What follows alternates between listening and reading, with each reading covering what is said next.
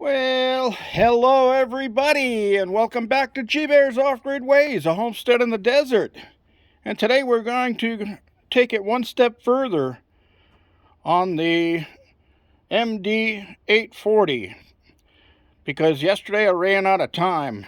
It was getting a little bit long on that video, and I decided I didn't want it to be too long. So we'll do a couple of minutes here and finish up on some of the stuff I missed. And some of the stuff I missed was showing you the actual readings on the meter as you scan different items and things like that. And also, don't go away, because I've got a little surprise for you here also that's going to show up in a few seconds here when I start scanning all these coins. Because on the board I put the $1 silver coin, which is 1 ounce. And that is a real silver dollar too. And then I've got the Sacagawea dollar over there, which is basically gold and copper and stuff like that. You know, a little trivia for you. Do you know why mostly all of the American currency has copper in it when it's made? Like the quarters are copper on the inside with a nickel coating on the outside, things like that. And the nickel has actually got copper mixed in with the nickel and all that stuff. So, you know why that is, other than silver, because silver also is the same thing. Well, the trivia on that is that American coins are made of copper because copper is a natural antibacterial agent. It will actually kill bacteria on contact. And that's why doorknobs were originally made out of brass and copper, because a lot of people touch them, but it would actually kill the bacteria just by touching the metal. So that's a little trivia for you. All right, so anyway, I'm going to get to scanning these and show you the meter on this thing. And I'm doing this one-handed while holding the unit with the other hand. And remember, I was telling you about the difference in coils. Well, the difference in these coils is that they have different uses. Like this one is a big 10-inch concentric coil. And I'm sorry, for some reason I'm just stuttering here. But that gives you a lot of coverage and a lot of depth. It will go pretty deep. Now, if you had a elliptical coil on here, those are better for tight spaces. Like if you were down inside of a mine or a cave or something like that. They're smaller, so they'll fit into tight places where you normally can't get a big disc like this in. Okay. Just wanted to cover that before I went any further. But anyway, here we go. So what we're going to do is, because where you start your where you turn on your meter at has a lot to do with the readings you're going to be receiving. So we want to take it up probably about this high off the ground to start with. And then we're going to press the on button and let it come on. Okay, now see we got the 00 there in the center. Okay, so everybody's worried about those numbers. How am I going to read all and remember all those numbers? It's very easy. And I'm sorry, I got a little fly here has decided to get in on the video, and I'm not paying him any wages. But anyway, now as we get down here and we start, now one thing you got to know is that you have to move back and forth. Look at that, we're getting a reading at 8 inches above there. You got to move back and forth as you are scanning. It will not pick up stuff if you just hold it steady. It's got to be moved. You got to go back and forth. Now, you see that the problem I got here is, as I'm going back and forth, my dish is not parallel to the ground completely. So first thing you want to do is reach out to the distance you're going to be comfortable with and tap it on the ground, and that will get it level with the ground. Okay? Now, we can scan back and forth over this. And a low number, that's a nickel, is showing that it's in the iron nickel area. Okay, so you hear that lower tone, and the numbers on here will tell you what your number is. Oh, look at that little bugger right there. He just come right over, landed right on my elbow while I'm trying to do this video. I hate when they do that. Trying to get in on this, you know, they're like actors. If you even take a picture of their foot, you got to pay them. All right, sorry about that, everybody. Let's get back to this thing. All right, so we'll move over to the dime.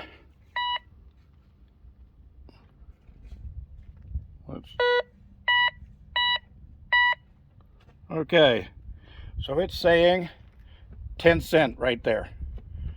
All right, now see the number 57? Look at where it says right above where it says 10 cent. 55, 57, that's right. So the numbers up are already on here, and they tell you what the metal is. So there's no reason to be afraid of using one of these things. All right, so I won't scan all the coins because I did that yesterday by holding them over the unit as it was sitting on the table. But look, here is one of my favorite little gold nuggets.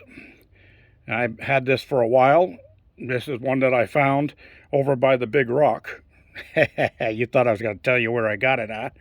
Yeah, I love when people say, oh, wow, cool, where'd you get that? Yeah, over by the big rock. Anyway, there's a gold nugget.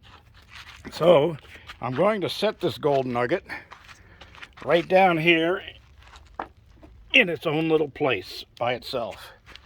And then we're going to take our unit and we're going to go over the top. Let me see if I can get a good angle on there.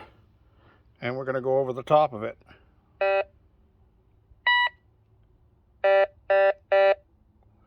Okay, so we're showing 00 iron. So gold wants to show up where iron is. And that's because iron and gold are usually together in wherever you find them. But that's a kind of like a bebop it's doing. It's bouncing between the highest reading on here, 98, 99, and the lowest reading in iron. So it's going between $1 and iron. So remember, when you get that beep bop, that's probably gold. All right? Because there isn't any category on here specifically for gold. So that's one fly that won't bother me anymore. Anyway, now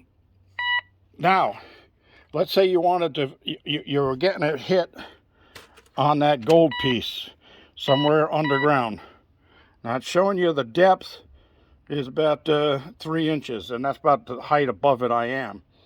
Okay, and I got the sensitivity set down to about number 5 on here because if you set the sensitivity too high, you'll end up with a lot of false readings. So you want to lower your sensitivity and adjust it in the field as you go.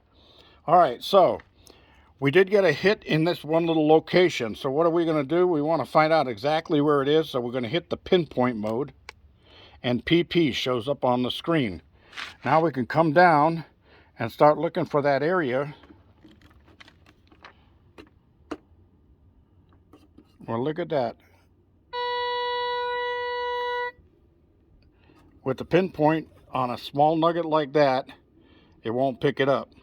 But it will pick up a nickel or a dime or a quarter. But it's not picking up that little gold nugget. So the sensitivity on this for pinpoint on gold will need a larger nugget, more mass for it to do pinpoint. But it does pick it up when we're scanning it. See it right there? It's up to $1, and you gotta move it. Move it back and forth. If you hold it still, you will not get a reading. And that's with mostly any metal detector you use.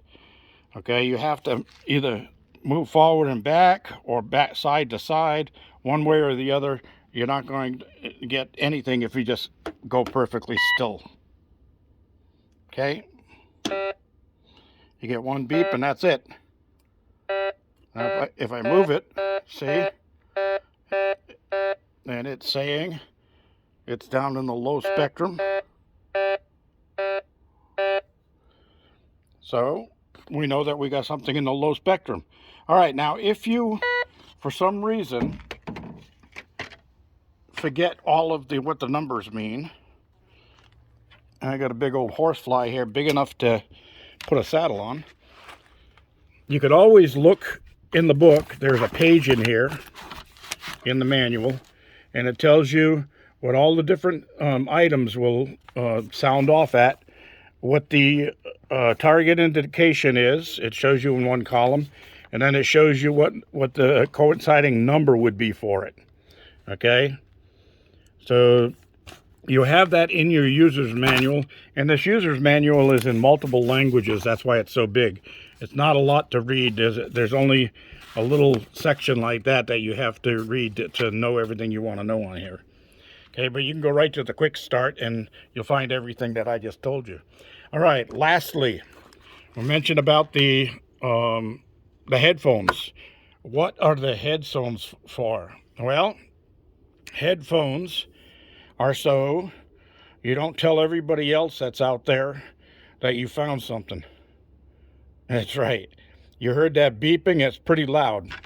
So if you were out on a beach somewhere and there was a couple of other people metal detecting, if you didn't use your headphones, they would hear that beep going off and they'd come over to see what you're doing. And I don't know about you, but when I'm picking up treasures, I don't want anybody to see what I'm doing. I'd rather be a little bit discreet about that. So that's what your headphones are for. They also help you save battery. The battery will last longer if you're not trying to run that big speaker inside this thing. You're running these little headphone speakers, okay? All right, let's see. What else do we have here? Oh, sample bags and markers. Okay, I like to get these little sample bags. Okay, they're called portion packs. And you can buy them in the supermarket. And they're marked for like 1 cup, 3/4 cup, that stuff. You can use these to carry portions of food around to different picnics and things like that. But what I use them for, I keep a marker with them. And when I find something, when I'm out prospecting, I find a coin or a ring or a watch or something, I'll put it in one of those bags and I'll mark where I found it and the date and time I found it. And why do I do that? Because later on I might do closer inspection and find that the item is engraved, and I can contact the owners, the original owners for it, and get their property back to them. If there is no engraving on there, then I usually keep it for a melt value or something like that, if it's gold or silver or whatever. Otherwise, I've got all kinds of little trinkets that I've picked up over the years, and I'm not going to go into showing you all of those. But that's about it. The everything that I wanted to cover, I think, has been covered, and we're going to cut this one off now because I'm getting a little bit long. Any questions, don't forget to ask them down below. I'll be glad to answer them for you. Also, I will put the link one more time in the description. So anybody who missed yesterday's video, you might want to go back and watch that. It covers a lot of the other things like assembly and all of that. But if you just want to buy one, then the link is down below. And remember, you'll get $40 off if you click on the coupon in that link. So save yourself 40 bucks, get yourself a metal detector, go out, have some fun, and find some treasure. This is G-Bear thanking you for joining me. Don't forget to give me a thumbs up down there, and don't forget to subscribe and share with your friends. G-Bear signing off.